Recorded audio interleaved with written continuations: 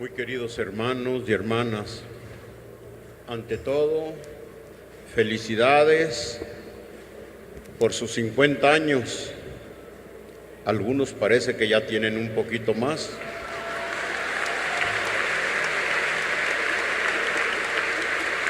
Felicidades y un recuerdo de corazón por todos aquellos que hicieron posible durante 50 años no solamente que existiera, sino el promover la renovación católica del Espíritu Santo en nuestras comunidades. Muchos de ellos ya no nos acompañan. Que el Señor les dé su recompensa, que el Señor los premie con la gloria a todos aquellos que contribuyeron para el crecimiento de este movimiento de renovación. Agradezco al Padre, es el asistente eclesiástico, que me haya invitado, pero no solamente que me haya invitado, sino que me haya casi forzado, no a venir.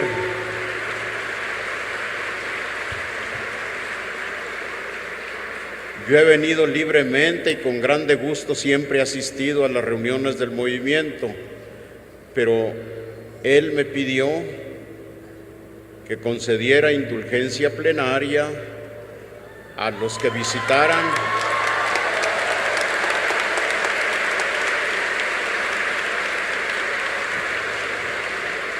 Creo que algunos de ustedes ya lo habrán hecho, a la iglesia de la Santa Veracruz, atrás de la Alameda. Ahí se gana la indulgencia plenaria a todos aquellos que llenen las condiciones. Espero que muchos o todos logren esta gracia de la indulgencia. Hoy se nos ha proclamado la triple forma que tenemos en el Nuevo Testamento de Pentecostés. Las tres formas coinciden en lo fundamental, pero cada una de ellas tiene su característica. Hemos escuchado, en primer lugar, el Pentecostés, cuando los apóstoles están en torno a María y reciben el Espíritu Santo, porque solo en torno a María se puede recibir el Espíritu de Jesús. El que no tiene a María no tiene esa gloriosa intercesión para que el Espíritu de su Hijo venga a nosotros. Vino el Espíritu Santo en forma de lenguas de fuego, y aquellos que estaban ahí por miedo a los judíos empiezan a sentir una gran valentía y un conocimiento que hasta entonces no habían tenido. Y no se quedan allí encerrados, salen a proclamar que Jesús está vivo. Sí, que murió por nuestros pecados, pero que ha resucitado. Y muchos empezaron a creer. Allí había gentes de todas partes, de todo el mundo conocido en aquel tiempo: persas, elamitas, de Mesopotamia, del Ponto, de Jordania, etcétera. Allí estaban en Jerusalén por la fiesta. Hemos escuchado que no es que los apóstoles, no es que Pedro empezara a hablar varias lenguas, no, todos entendían la misma lengua, todos les entendían, aunque fueran de culturas, de lenguas diversas, todos entendían el mensaje de los apóstoles. ¡Qué maravilla! Que hablando lenguas distintas, entendían. Esto está en contraposición con ese pasaje de la Biblia, del libro del Génesis, en donde todos hablaban la misma lengua y querían construir una torre que llegara hasta el cielo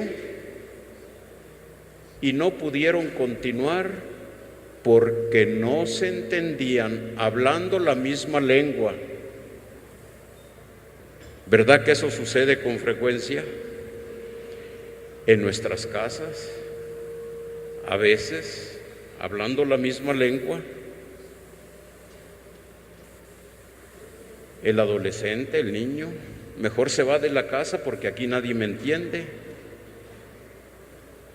Y la mujer que se mata ahí trabajando todo el día, dice, aquí nadie me entiende, nadie me hace caso.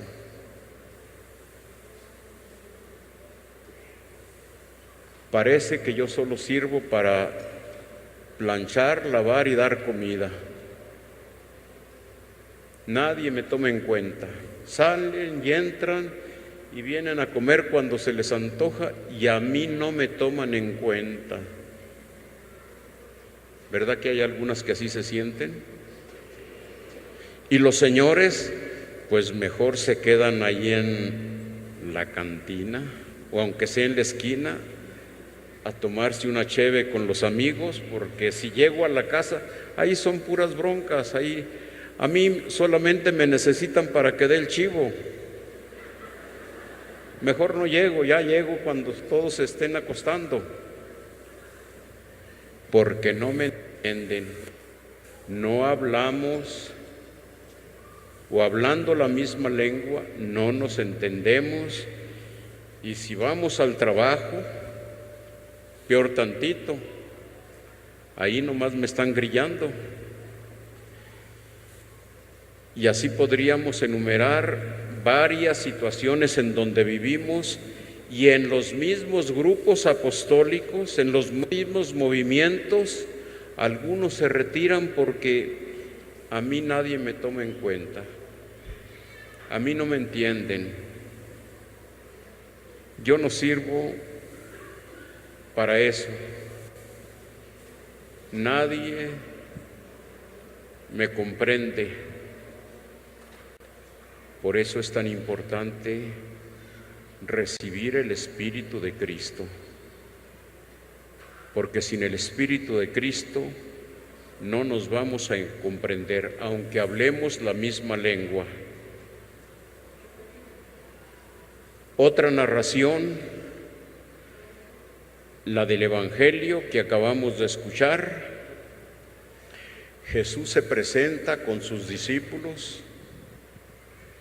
y lo primero que les desea a todos los allí reunidos, a sus discípulos, el mismo día de la resurrección, la paz sea con ustedes. Qué grande don nos desea Jesucristo. Sí, es un don, pero también es algo que tenemos que construir, la paz. Todos ustedes conocen las situaciones que vivimos en muchos barrios, en muchas vecindades. Es más, hasta nos da miedo entrar a ciertas colonias.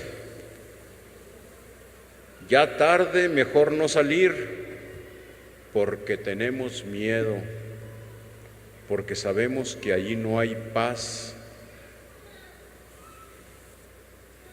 Y si hablamos a nivel de ciudad, y si hablamos a nivel nacional, y si hablamos a nivel de nuestro mundo, ¿cómo necesitamos al resucitado que venga y nos dé el don de la paz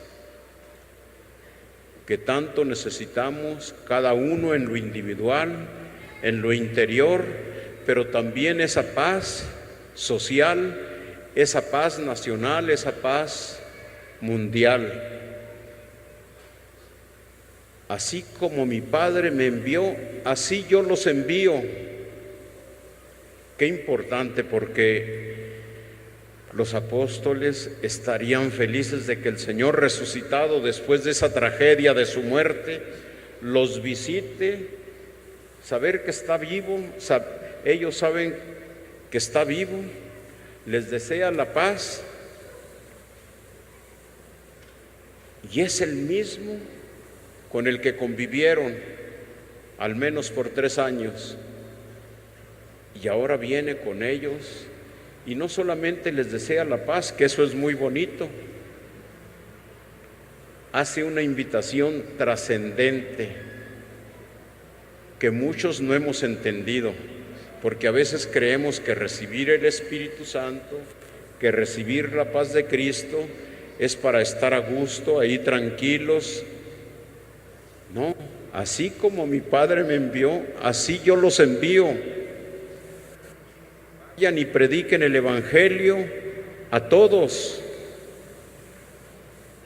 Y a veces no nos animamos de anunciar el Evangelio, no todo el mundo, ni siquiera al vecino, ni siquiera ahí mismo en la familia. El Señor Jesús nos envía, y nosotros, a ejemplo de María, cuando recibió el Espíritu Santo y concibió a su Hijo en su seno, a Jesucristo, ¿qué hizo? ¿Se quedó allí en paz en su casa? No, se fue a la montaña con su prima Isabel a servirle, porque estaba esperando un hijo, Juan Bautista. Y se puso a servirlo, a servirla, a darle todos los cuidados que necesita una mujer que está esperando. Y por supuesto, Isabel se llenó del Espíritu Santo y se alegró de maravilla. Y el hijo que estaba en su seno, Juan el Bautista, saltó de gozo. Yo creo que ya con eso sería una gran recompensa de aquel que va a visitar, a anunciar la buena nueva como María. No quedarse ahí, ya el Señor me eligió, ya el Señor hizo en mí maravillas, qué belleza. No, así como mi Padre me envió, así yo los envío, vayan y prediquen el Evangelio. Y además Jesús añade algo maravilloso, algo absolutamente necesario, indispensable para todos nosotros los que fuimos elegidos. Necesitamos el perdón de los pecados. Y así nos enseñó Jesús a pedirlo en el Padre Nuestro y a pedirlo con frecuencia. Qué necesario este don del perdón de los pecados para nosotros, que muchas veces pues como que ya no tenemos mucha conciencia del pecado, ya como que simplemente son preferencias, son inclinaciones, son traumas, etcétera, pero no tenemos muchas veces el sentido del pecado.